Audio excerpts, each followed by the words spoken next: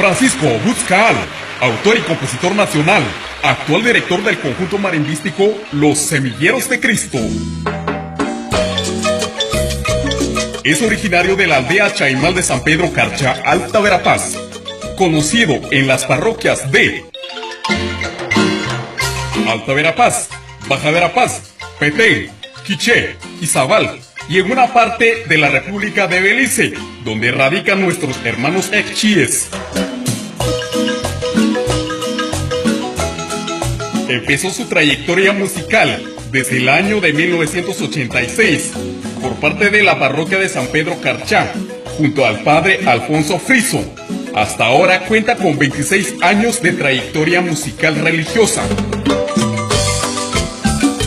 En el año 2000 grabó su primer material discográfico, conteniendo cantos que ha llegado al corazón de muchas personas que aman a Dios.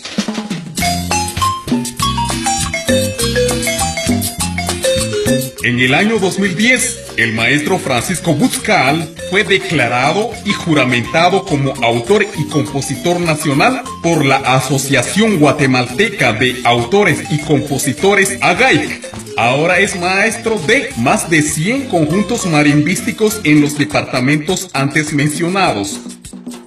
Y ahora, con ustedes, el maestro, autor y compositor nacional, Francisco Butzcal, director del conjunto marimbístico Los Semilleros de Cristo.